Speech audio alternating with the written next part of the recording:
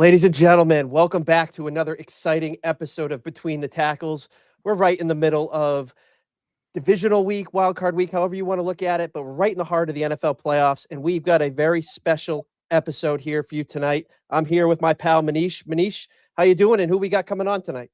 Doing great, Burge. Yeah, we're really excited and happy to have former Tennessee Titans general manager Jon Robinson with us today. Jon, can be described in any number of ways. I prefer to call him winner. I think that's probably the simplest way of putting it. A two-time Super Bowl champion as an integral member of the scouting department and front office of the New England Patriots.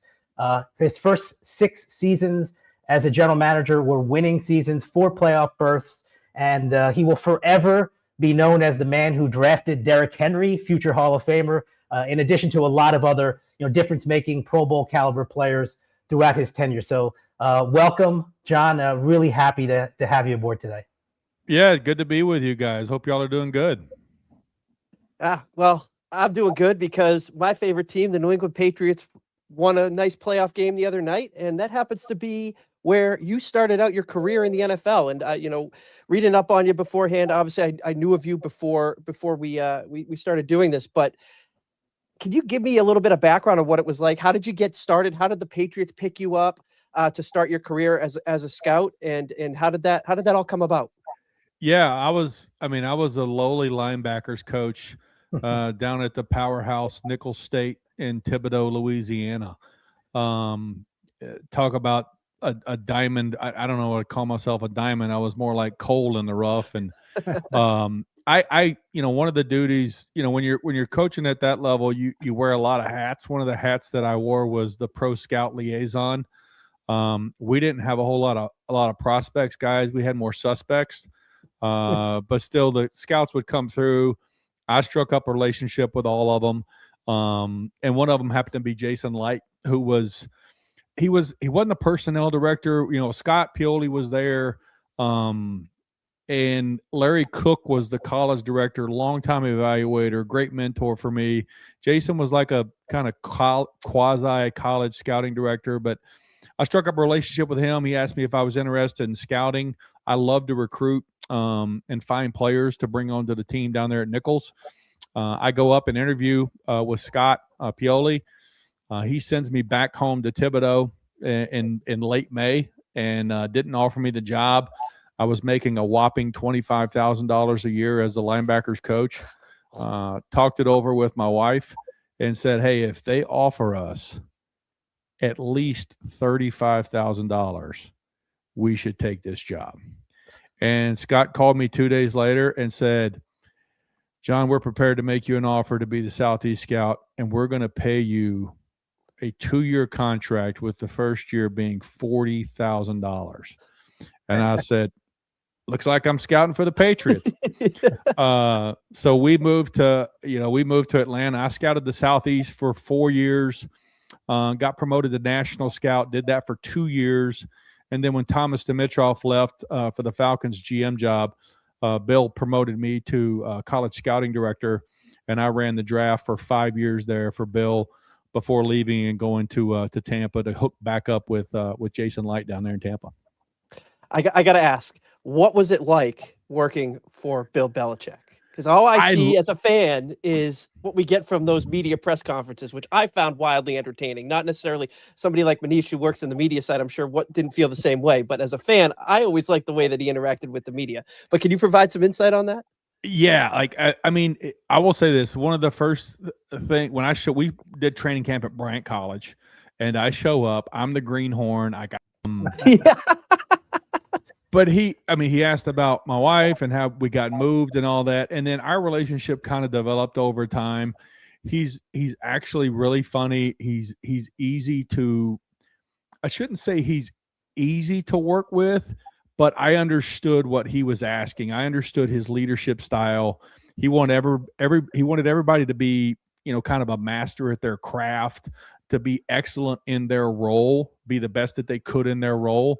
And he imparted on me, I never wanted to let him down. So every time I did a scouting report, and listen, scouting's subjective, right? Like two people can look at a player and see him totally differently. but I never wanted to let him down with my evaluation. And I learned a ton from him. It was great working for him. I learned a lot about draft strategy. I learned about player evaluation, role-specific scouting. That was where kind of I cut my teeth, and I kind of learned all the fundamentals that I went on to implement in Tennessee, when I got the job there. I wanted to ask you just generally, John, I know plenty of scouts across the league, and it's always an interesting dynamic when I ask them, when do you know when to pound the table for a guy? Because I'm sure you see these guys in the Southeast so many times. You probably felt passionate about a lot of different guys, but you got to grab Belichick's ear in this particular case and say, look, this is a guy that I think could really help us, without being the boy who cried wolf and say it, for 5 different guys every week. So when did you know how to pick and choose and say, hey, this is a guy that I'm really going to go to bat for when I talk to Bill? Yeah, you definitely pick your spots, Manish. You just know through working with the guy for 12 years that I did, kind of, and he didn't want you to always agree with him, right? Probably the biggest name that I continually pounded the table for as a college director was Rob Gronkowski. Good choice. Thank you. He turned out to be pretty good. But we interviewed him at the combine, and let's just say he didn't really have a glowing first impression on Coach Belichick.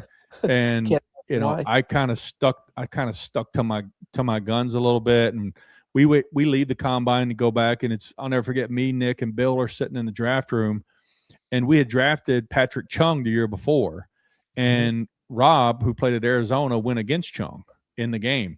And I don't know how many touchdowns he had, but Rob had a really good game against Patrick, and we thought highly of Patrick. So we're sitting there, and we're probably mid-third quarter, and Rob's got 3 or 4 catches, and he may have a touchdown or 2, and he's had a couple pancake blocks. And I can hear Bill grumbling in the background, and he's like, how many more 30 visits do we got? Let's get this guy back in here. Which on his second pass, Rob didn't really impress that much either. But, the rest is history. We ended up with him. He's a Hall of Fame player and was a great player for us. But I knew, I had a strong conviction on what we were looking for in a tight end. We kept searching for it year after year after year, and everybody always kind of came up a little short in some, and I didn't think Rob really had many holes in his game. I thought he was exactly what we had been looking for years, and turned out I was right. Yeah, it's certainly interesting to hear you say that, because obviously as a fan, I sit here and I'm going to be like, thank you for pounding the table for Rob Gronkowski, because for 10 years I got to enjoy watching him play for the Patriots.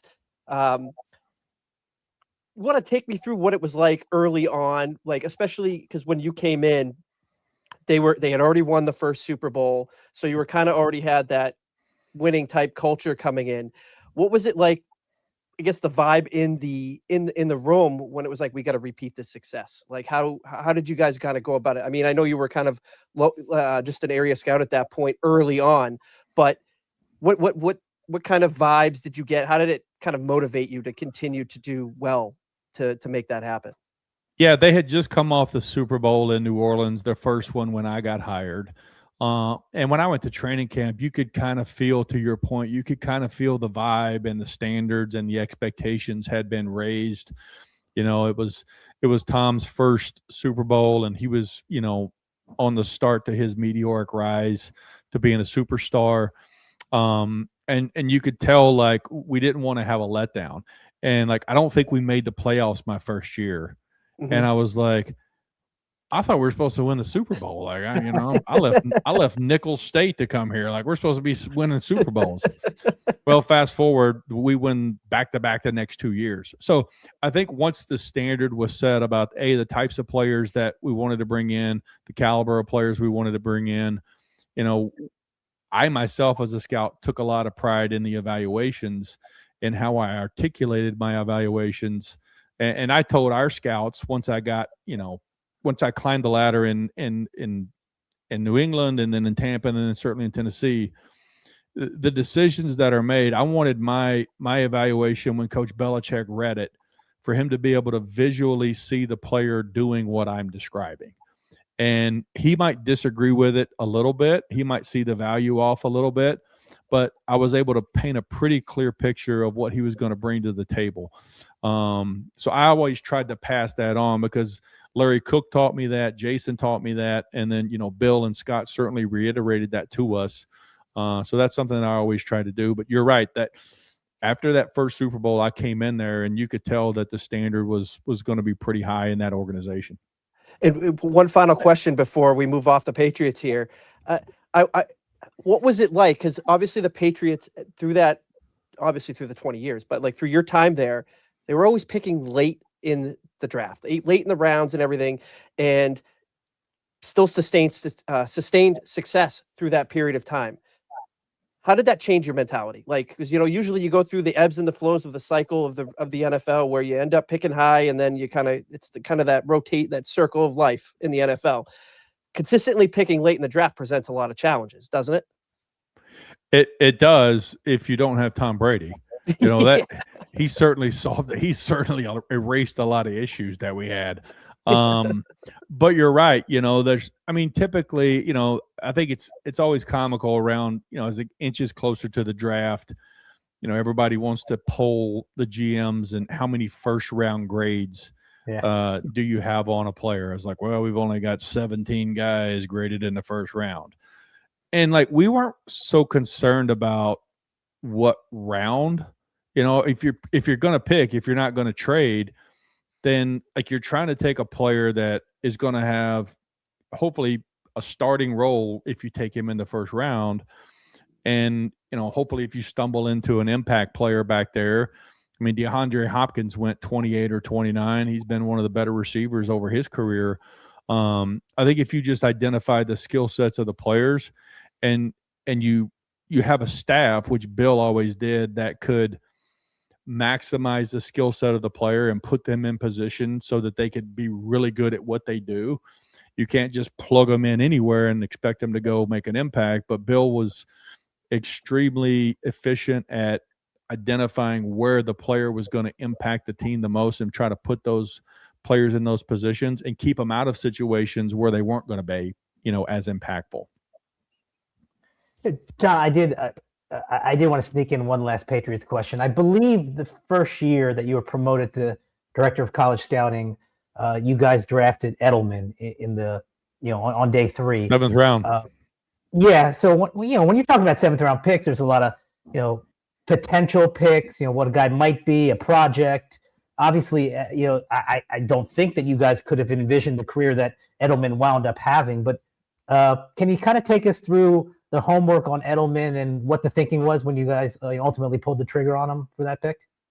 Yeah, he was a quarterback at Kent State, right? So you knew there was a lot on his plate from a mental standpoint of knowing the offense, understanding the defense to get the offense in an advantageous play so that the Kent State offense could go. It went through Jules. And, he was undersized as a quarterback, but he was extremely tough. He was really good with the football in his hands. And we knew he was going to be a developmental player. When you pick in the 7th round, it's not like you expect him to go on and be a Pro Bowl caliber player. So that's really a testament to Julian and the way that he worked. I think he was on the practice squad, and then he got called up, and then he went back to the practice squad. He yo-yoed back and forth between the active roster and the practice squad a couple times, I think. But he just kept grinding, as they say, and carved out a niche for him. We had the market cornered on slot receivers, whether it was Troy Brown to Welker to Amendola to Jules and we tried a Danny Woodhead out there some. So, I think that we identified he was good with the ball in his hands. He was extremely tough. He was intelligent. He was a very hard worker. And then he made himself into, kind of a superstar. Much like Tom did. Tom went, 199? He was a 6th round pick. It's not like he was the first overall pick in the draft, but talk about a guy who was meticulous with his mechanics and studying the game and trying to ID what the defense is going to do to him pre-snap so that he could get him in a play and he knew where to put the ball. That mindset carried its way really with every player on the team, from Tom to Vrabel to Brewski to all of those guys, it was kind of a theme that we wanted these tough, hardworking, grinder type mindset guys that were going to maximize, their opportunity, and then the coaches were going to put them in a position where they could be successful. I'll always remember the Wally Pip with Julian Edelman and Wes Welker, with Bill Belichick on the sideline asking if Welker if he had ever heard of Wally Pip. Yeah. Classic. John, I mean, I think one of the things that I've always respected about you is that, you really did start at the grassroots, and you earned every promotion that the Patriots gave you, so much so that you stayed there for the better part of a decade, and then ultimately moved on to Tampa to be their director of player personnel for a few years. By the way, you guys drafted future Hall of Famer Mike Evans while you were in Tampa. But then you get the opportunity that everybody in your business wants, and that's to sit in the big chair, general manager for the Tennessee Titans. Really an unusual circumstance in that you get there, the interim coach is Mike Mularkey, the ownership wants to promote him to full-time head coach, and then I thought you made a very bold decision, and I thought it was a gutsy decision. It's a decision that I know that people at the time, and even looking back now, thought it was the right decision, and not a decision that many general managers would make, which is move off the head coach, Mike Mularkey, after you guys made the playoffs to hire somebody who you thought could take the franchise to the next level, and that was Mike Vrabel. So I wanted to talk to you about that 2018 coaching change from Mularkey to ultimately hiring Vrabel. Mike and you had spent about 7 years, I believe, in New England, won those 2 championships together as part of the Patriots organization. So just your mindset and saying, hey, look, yeah, we made the playoffs, but I think we can do better, and this is the guy I think we can do better with. So can you just kind of take me through your mindset going from Mularkey and why you chose Mike Vrabel specifically? Yeah, those those are never easy decisions, right? When you're going to make change, and there's a lot of discussion that goes on with ownership, team president. There's a lot of voices that are involved in those big decisions like that. And then ultimately, as a team, we decided that we were going to make a change. And that year we had identified 3 candidates: Mike Vrabel, Matt LaFleur, and Steve Wilks. Those were the 3 guys that we interviewed. And I knew Mike's presence. I knew his toughness. I knew he was extremely football smart. I knew that he had an edge to him, but he had a personality that was likable. I just felt like that there was something there. It's not like they were really setting the world on fire defensively in Houston. They were a good team, but it wasn't like they were number 1 in every category. But I just knew what his makeup was, and I knew what he stood for. And then on the interview, like you could see the command he was going to have in the room. The fact that he was a former player and he could create touch points with players on our team, and he was relatable. I mean, he was a All-American, then he was a 3rd-round pick, and he didn't really play a whole lot in Pittsburgh. He played on special teams, and he kind of earned his way into a starting role in New England, and then he went on to be a Pro Bowl player. So he played outside linebacker, he played tight end. There's really not a lot of things that he hadn't done that he wasn't going to ask the players sitting in the room to do, right? So at the end of the day, all 3 candidates were excellent. I think Steve Wilks ended up getting the Cardinals head coaching job that year. We ended up with Matt LaFleur as our offensive coordinator, and then a year later he gets the Green Bay job. So I think we identified 3 really good candidates. All have gone on to be head coaches, but it just felt like Mike was the most ready to lead our team. And I felt like that, it was just going to be a good fit for us here. Did you have specific questions that you were really curious about? Because that's one part of the process that I think the average fan doesn't know. Unless you talk to candidates, if you're in the media and you find out what questions they asked. What specific questions were you really interested in hearing their answers to?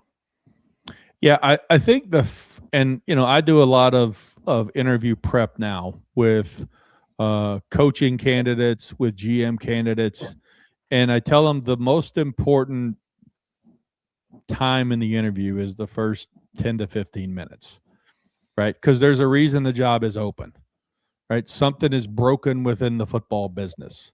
All right, they're not winning or something's awry. So I think first and foremost, you have to, the candidate has to come across as somebody that you want to talk about football with on a daily basis.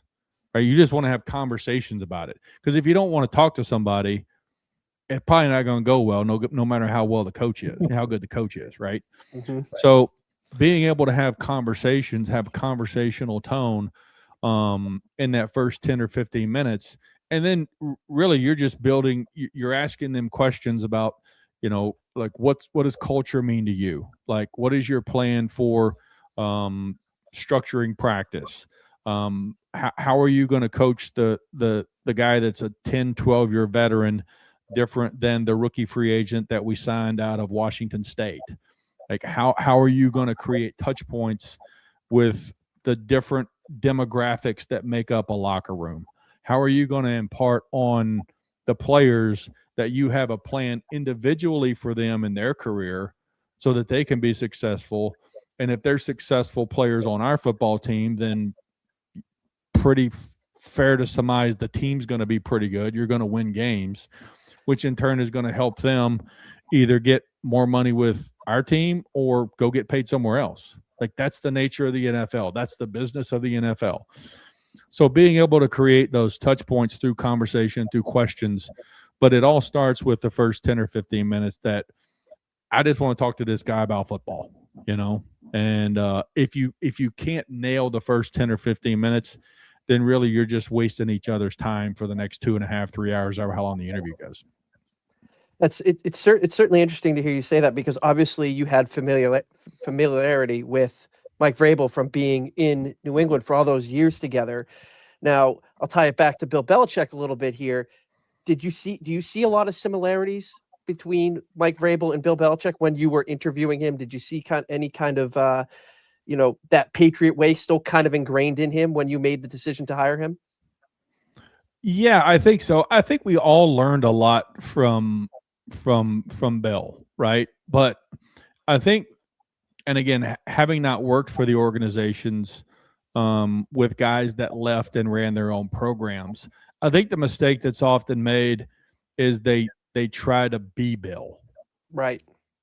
And to me, like I always said, if I had an opportunity to run a football team, like I'm going to take all of the things, the master's degree that I earned learning and working under Coach Belichick, but I've got to be me, right? Mm-hmm. I've got to be my own personality. I was like, we're going to work hard, and like it's going to be a tough program, but we're also going to have fun. Like every day is not going to be gray when we walk into the building, right? The sky is not always falling. So, because the NFL is a hard business, it's hard to win an NFL game. And when we do win, again, not every week is the Super Bowl when you win a game, but like you got to celebrate sometime, right? You got to have a little bit of fun with it. So I think that Mike did a really good job in the interview of, similar to what I did to get the job in Tennessee, conveying all of the fundamental principles that we learned about, roster building and team building, and then on his end, coaching, but being your own personality, if that makes sense.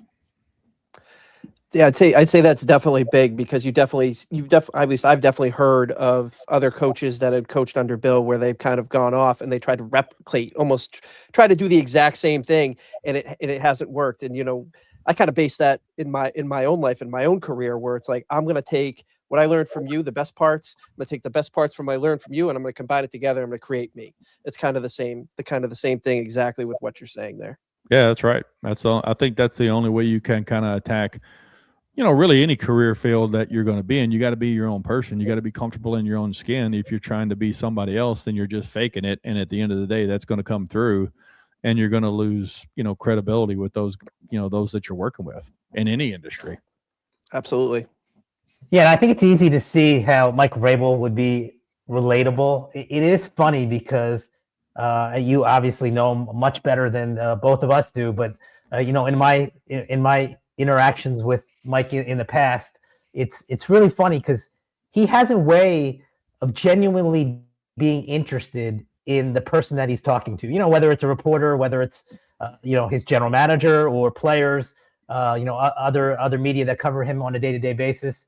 It's really fascinating. I think there's a general curiosity about him. I think he's genuinely a curious person, and he wants to know more about you as a person. And I share this story all the time. When I first met Mike at one of the owners' meetings, I don't know if it was his first year in Tennessee or maybe his second year, but he was literally the only coach to that point who would ask me about my career, because my job is typically asking general managers like you or head coaches like Vrabel about their background, their upbringing, what makes them tick, why did they get into the profession. And it's rare when unprompted a coach or an executive asks you, like, why did you get into reporting? Where did you go to school? Where are you from? Why choose this particular field? I just was very impressed by that, just on a human level, the fact that he was genuinely curious. And I think that curiosity serves him well as a coach, specifically dealing with his other coaches and dealing with players, many players who are much younger than him. And as much as the football acumen has gotten him to this point, I think that his genuine curiosity as a person has benefited him so much in becoming a highly successful head coach. I just wanted to get your thoughts on that as well. Yeah, just don't slip up or he'll cook you. Yeah, you see that. Look, and it's funny because it's almost playful. He's had some back and forth with some of the Boston media in his first year with the Patriots, but there's a tone to it that isn't abrasive, and it's actually engaging. And again, I'm looking at it from the outside in, not being in Boston, but I just find him to be a very welcoming person. But you're right. I mean, there is a hard edge to him. You can't. It's not all rainbows and peaches and cream in the NFL. But I do like that part of who he is, and I think that also really has served him well in finding the success that he had with you in Tennessee, and then obviously now in New England. So you had this time with him, and look, you talked about preparing candidates for interviews. Now you have had general manager interviews with Jacksonville and the New York Jets last year, so you're well versed in this entire process. And we're looking at 9 head coaching openings right now. The 9th coming today with Mike Tomlin stepping down, likely going into the media, but we'll see.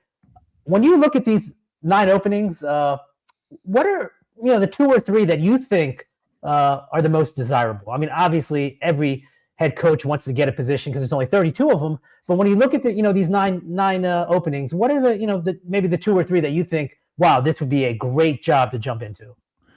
Yeah, I mean, I think that it's crazy how the turnover in head coaches has really ballooned from 2 or 3 a year to then it goes to 4 or 5 a year, and now we're looking at over a quarter of the league is going to have a new head coach next year, right? Everybody in the AFC North except for Zach Taylor, it's going to be a new head coach. So I think when you're looking at a team and where to go, you're looking at ownership, right? And what's that going to be like working with on a daily basis? You're looking at the roster, like what pieces are there, what pieces do we need? Certainly the quarterback position, which is the hardest position, to get right in the National Football League. Who do you have in place, or is there an option either via the draft or in free agency to get one? Do we have the cap space to go buy one if we've got to buy one? Are you aware of any trade potentials, right? So you're looking at all of those situations. What's the general manager's status? It's hard to circle, one and say, this one's better than that one, right? There's only there's 32 of them in the world, right? So I would say you're in rarefied air if you get one, because they're hard to get.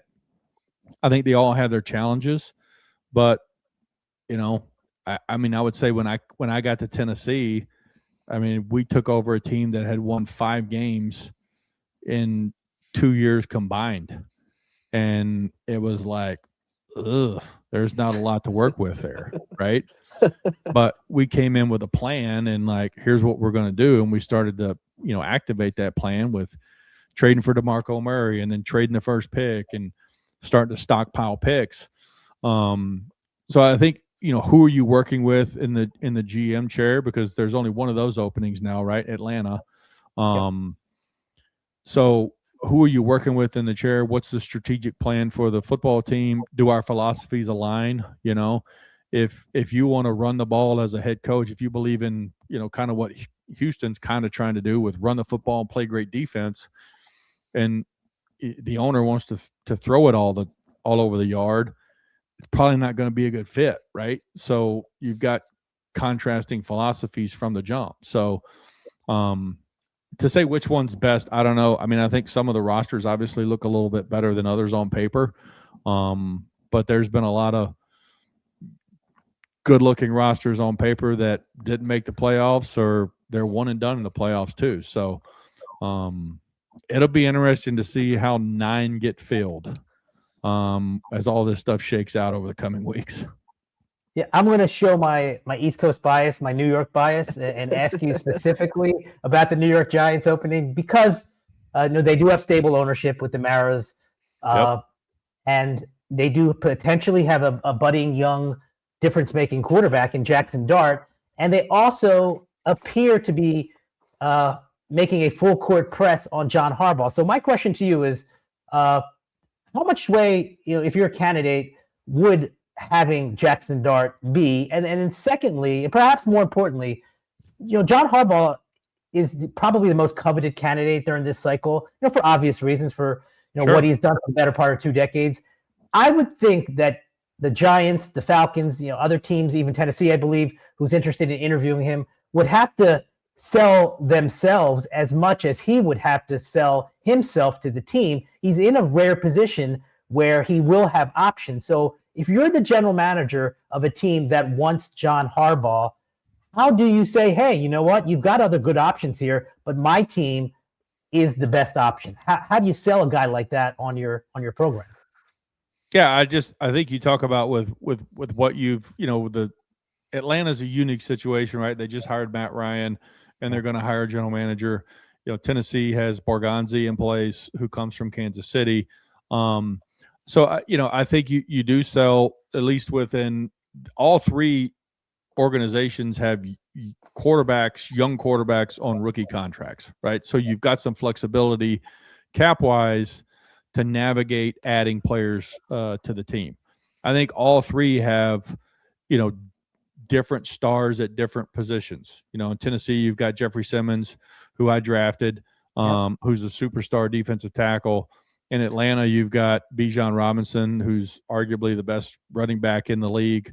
And then in New York, you've got a really good defensive line. You got Malik Neighbors coming off an injury, who had a great rookie season. So there's some superstar pieces in place. I think you have to sell the relationship with the GM, how you're going to go about building the roster, how you're going to be collaborative with them, how you're going to how you evaluate prospects, how you want to lean into the coach to find players that fit his system. You know, it'll be up to ownership how they delegate the powers, right? Like, if Joe has control over the 53-man roster in New York, does he say, hey, we really want John Harbaugh. I'll give John Harbaugh the control over the 53-man roster. Let me have control over the 90 guys that start on the team. You know, all of that stuff I think is up for discussion with each individual club, is how they want to, you know, delegate the powers in order to woo him to their club. I want to take it back for a second, because, you know, we're talking about an absorbent amount of openings. We got 9, like we said, we got 9 this year, and there's been a little bit of a theme, I want to say, over the last, I don't know, 5 to 8 years of the league. I'll just throw an arbitrary number out there, but where teams are often very quick to pull the trigger on getting rid of a coach The Patriots did it last year, obviously with Gerard Mayo, that worked out for them. A team like Vegas has seemingly gone through coaches at will. So I wanted to just bring that up because you talked about activating your plan, coming in with a plan, activating and executing your plan. And as we know, those plans take time to put into place. So when it comes time to make a decision where it's like, okay, maybe it's time that this isn't working, let's move on. How do you make that kind of that determination to do that when you know that when you're putting your plan in place that there's got to be some runway to work through the kinks of putting that plan into place? Yeah, I think each individual situation is unique, and unless you work in the building day to day, and you're around, the head coach, it's hard to get a grasp on why decisions are made per se, right? Like Pete Carroll got 1 year. Pete's a hell of a football coach. Mhm. Won a lot of games in Seattle. He got 1 year. Like, what was the reasoning behind, that fast of a move off of Pete? Like, I don't know. Like, none of us really know because we're not in that building every day, right? Right. So, I think that questions is kind of hard to answer or really give a true factual answer on, because you don't know their inner workings of what's going on. Is it a lack of development with younger players? Is Mhm. it managing the older players and how, we're taking care of them? Is it the staff's not getting along? Is it we're arguing about personnel all the time? Like, what is it? What are the factors that ultimately lead to a change in the position? That definitely makes a lot of sense too, because you think that there's not going to be necessarily one reason that a decision like that is made. Because you can look at team like the New York Jets, who had a horrible season this year, but are sticking with their head coach to go forward to kind of allow the GM and the head coach to execute their plan, and giving a little bit of time. And I just thought it's been an interesting thing, because I was always like, when we were talking about the Patriots last year, I was like, no, I don't really care to be one of these organizations that is like, you know what, I'm just going to start cycling through coaches every year and not be able to build anything when you have that. Turns out the decision was the right decision for the Patriots, given where they are now. So you're saying they glad you didn't make the decision? Exactly. Yes, that's why I'm sitting here and I'm not sitting down at one Patriot place right now. Oh, yeah. John, how do you balance this notion, which I subscribe to just generally in life, that experience is the best teacher? So would you go after a guy who has had previous head coaching experience? And I hate the term retread, because I frankly think that guys can hit the ground running on their second job. I mean, Bill Belichick's a perfect example of that, versus the hot young candidate that everybody seems to want, because there's always a intrigue in the unknown. You don't know what someone's going to be. There's always this hope in the back of your mind that maybe he's the next Sean McVay. In all likelihood, he won't be, but there's this shiny new toy versus maybe a guy who doesn't grab headlines, but would be better for your team. And I'm talking about guys like Mike McCarthy, most recently Kevin Stefanski, Mike McDaniel got let go. Obviously, we talked about John Harbaugh versus some of the younger guys. You got Shula in L.A. You've got Clint Kubiak. People like to talk about the job he has done, and he's done a great job in Seattle. The younger guys like Jesse Minter on the defensive side of the ball. So, I mean, where do you fall on this notion of getting the young up-and-coming guy or the experienced guy, who I don't believe is not up-and-coming? You can still be a rising candidate and somebody whose trajectory is up. Just because you got let go in your previous experience doesn't mean that you forgot about football. If anything, I think, again, the experience helps you. So where do you stand on experience versus first-time coach? Yeah, I think some of the best life lessons that we learn, regardless of the industry that you're in, whether it's in football, whether it's in reporting, plumbing, electrical work, whatever. I mean, get shocked one or two times as an electrician, and you're probably going to learn from your mistake, and you're going to wire it a little different, right? So I think you make a great point. Like, some of the best lessons that you learn are the mistakes that you made. Yeah. And to your point, like, just because it didn't work, why did it not work at your first stop, or what went awry at your first stop? Was it you? Was it something else? And what did you learn from the experience so that you don't make the same mistake the second time if given the opportunity, right? And I think when you spin around the league, I find it fascinating that coaches are often, and this isn't me politicking for myself, right? But like Andy Reid, 2-time head coach, right? Dan Campbell was interim, but got a second chance. Vrabel, 2-time head coach. Sean Payton, 2-time head coach. So there's a lot of coaches that get that second opportunity. And like, how many Super Bowls has Andy won in Kansas City? He was a really good coach in Philadelphia. Something kind of got sideways there. He lands in Kansas City, and he's a Hall of Fame coach, right? So I think you make a great point. And with the young coach, the argument there is, would you rather be a year too early or a year too late, right? Because if you don't pull the trigger on a young coach, yeah, you may take some lumps your first year, but you could have the next Sean McVay or the next greatest thing, the second, third, fourth, fifth, sixth, as long as he's going to be the coach. So that's where you have to do your due diligence. That's where you do all your background work, calling on coaches, getting people's opinions that have worked with them on a daily basis. What are they made of? What's important to them? How do they work with the players? All of that background information is important. But ultimately it's up to, each individual team and what fits them specifically where they're at with their current setup, if that makes sense.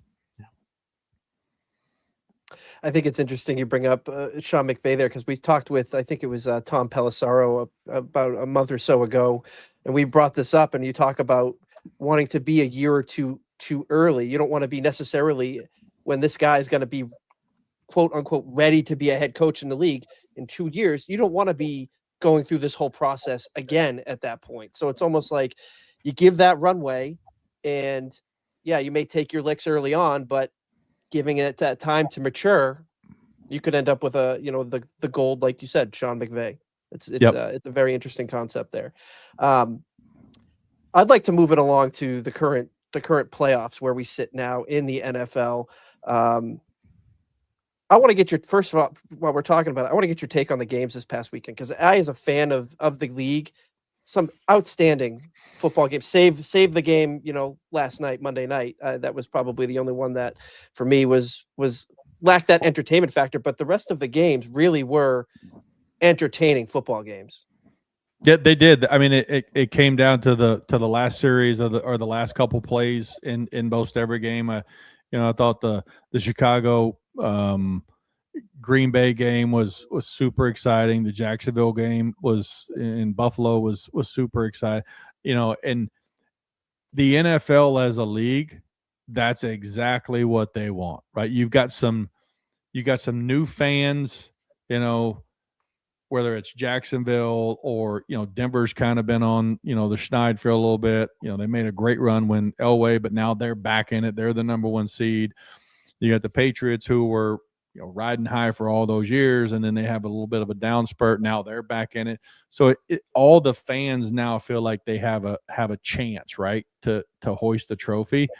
And the entertainment value that the games provided this weekend, it just threw fuel on the rabid fire that is the National Football League, right? It's like a great movie.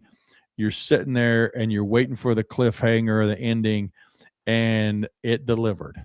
And, I joke all the time now that, yes, when I was with the team, like, you hanging on pins and needles because it's your job, it's your career. But now that I've been out for a couple years, at the end of the day, it's the entertainment business.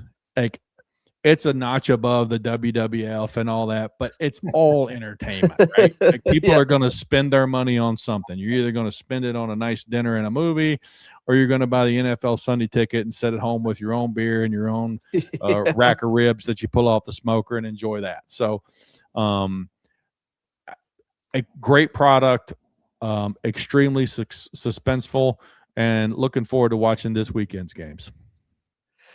You know, the wild card weekend, since they added that 7th team, this felt like the best one. Like, it might be a little bit of recency bias there when I'm saying that, but it always seemed over the last, I don't know, 5 years or whenever they added it in, that there were a lot of dud games. You know, there were a lot of blowouts, and it was like, well, let's just we're moving on. But this year, given the playoff fields, especially in the AFC, you got no real juggernaut. All these teams have flaws that could be fatal to them when the time comes. We saw Jacksonville, go down the 3 seed. A lot of people were riding high on them going into the playoffs. Every team has a potential flaw. And for me, as a fan of the whole thing, I love it, because it's like, there's no Chiefs, there's no Patriots of old, there's no like, oh, one team's going all the way to the Super Bowl every year like it had been. So, I want to get your take on these upcoming games that are coming up here with the divisional round. Which game would you say for yourself is the most intriguing matchup? Well, I got to go back first. The best wild card for me personally was I think it was the 19 season. I was trying to avoid that one. When we knocked off the king himself in his home stadium, the lowly hillbillies from Tennessee trot up and dethrone the 2 kings in Belichick and Brady. Ended the dynasty. And then we go on to Baltimore, the vaunted Ravens, and Lamar Jackson, and we thump them, kick them in the mouth, and looky, who's in Kansas City, and we stubbed our toe in Kansas City. I think we could have beat them, but we didn't. I was right on the bandwagon that year. I was right on the bandwagon against the Chiefs that year. I was right there. Yeah, so I think this weekend's games are going to be excited. I'm excited to watch. Not so much teams, but players. Like, can Josh Allen, can he roll? How does Bo Nix, his first crack at it? How does he handle? Can Sam Darnold keep it up the way he's been going? How does San Fran in Seattle, what does that look like? That was a really good game, the last game of the season where, Seattle came out on top. But, this San Francisco team, they are gritty now. They're kudos to Lynch. He's signing guys off practice squads. It's like that year in 2020 where, I would take a lap through the Burger King to see if anybody looked like they could play. We had so many guys hurt. Probably an in and out for Lynch, but I think you've got a bunch of really cool, matchups, a lot of intriguing matchups, and it'll be another exciting weekend of NFL football. I just want to take you back real quick. Something that you said a moment ago, John, about second-year head coaches and the experience the first time around really helping them in their second job. It's an interesting dynamic in the NFL world. I've always felt this way, for 15 some odd years, that head coaches will get second opportunities. Some of them will get third opportunities. General managers, however, it's very difficult. It happens. I covered Mike Tannenbaum in New York, and then he ultimately got another opportunity in Miami.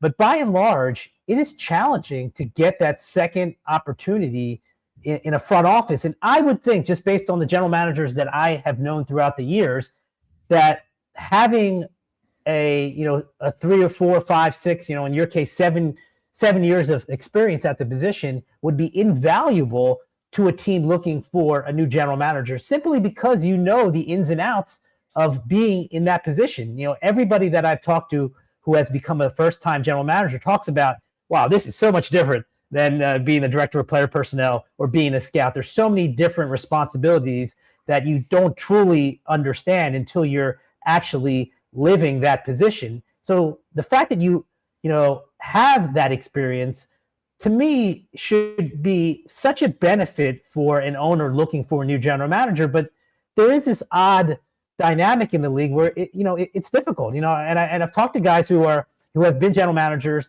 and then had interviews for second opportunities, and they will admit that it's challenging. I always just found that to be odd. So somebody in your position who, again, general manager for 7 years, first 6 seasons, winning seasons, 4 playoff teams, guy who, as I said off the jump, drafted Derrick Henry. You made a masterful trade in Ryan Tannehill. You had mentioned that 2019 run that you guys had. That was because Tannehill took over for Marcus Mariota. You've had some master strokes as a general manager, to which I would say, if I'm an owner looking for a general manager, those types of decisions to me would give me comfort. So I just want to get your thoughts on why is it challenging for executives to get a second opportunity as opposed to head coaches? Actually, I'll correct you first. 7 winning seasons. Never had 7. a losing Well, I'm season. sorry, 7. Sorry, I didn't change it. I was 7-5 when I got fired in December. So Okay. we were in first place in the division. We would have won the division again, Manish. We would have had 3 back-to-back AFC South titles. I digress.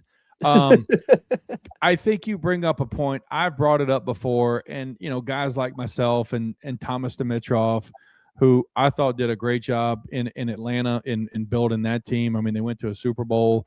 I wish I had the answer. I wish I knew what it was. I don't really.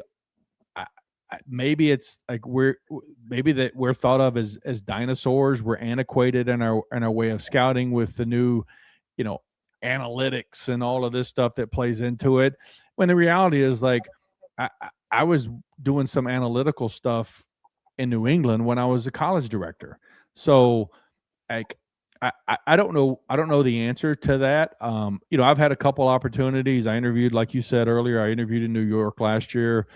Feedback that I got was it was great. I don't know if it's they're wanting to make the pairing with the head coach and the GM. I don't know if there's an intimidation factor if you're going to hire a rookie head coach and you got this existing GM who's been there and done it before.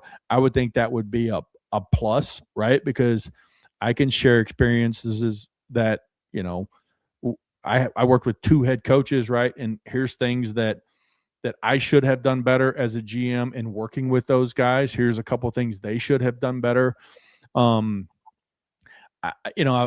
got some scrapes and scars, and I'm still walking. I'm still kicking. I've got experiences. I've got knowledge. I know how to manage people. I know how to create culture. Like the culture, we established that in 2016 when I first got there. Like, there was a certain way we were going to do things.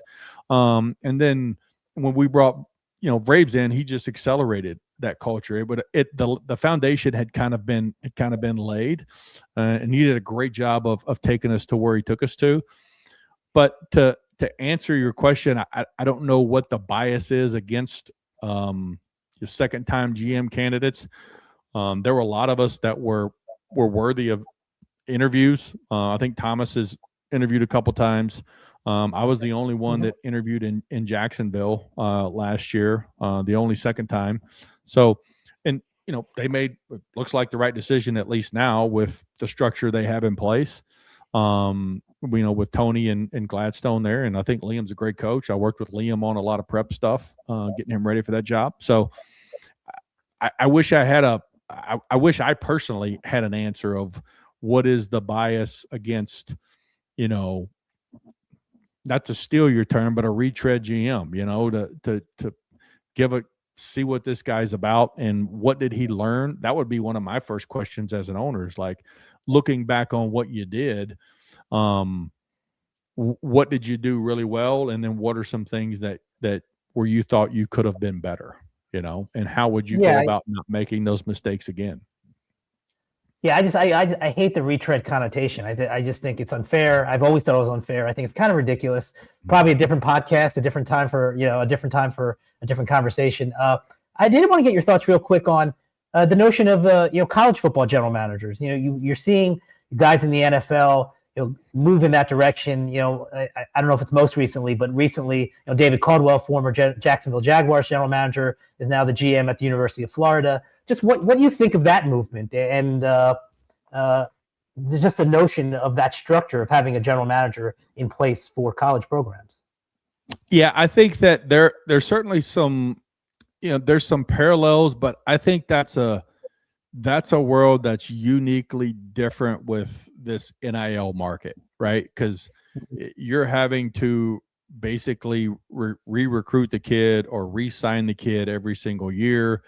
You think you have an agreement, but then the kid ends up jumping in the portal and you think you've got the guy. Now you don't have the guy. At least with the NFL, unless you're just going to sign a guy to a 1-year contract, if you draft the guy, then you've got the guy for at least 4 years, right? Yeah. And what you're working with and what you're building.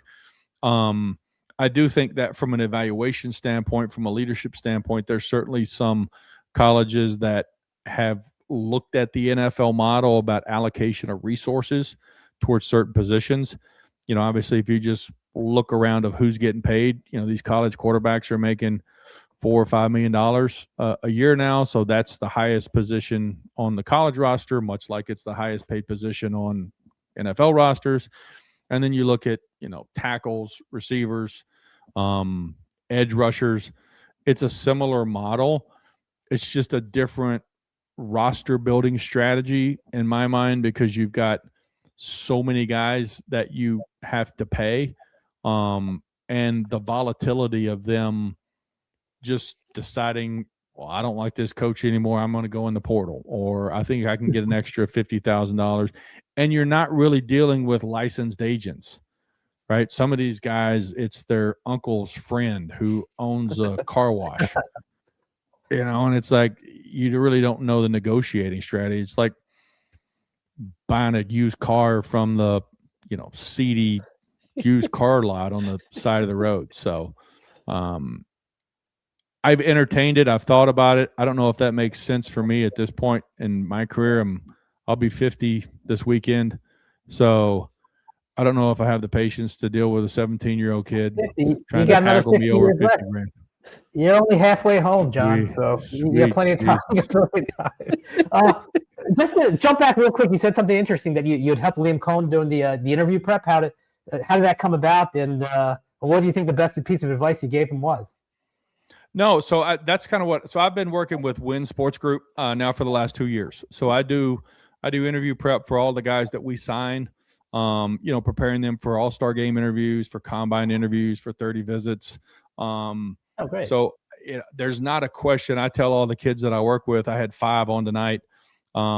There's not a question that you're going to be asked that I haven't asked before. I watch film with them. I do install with them.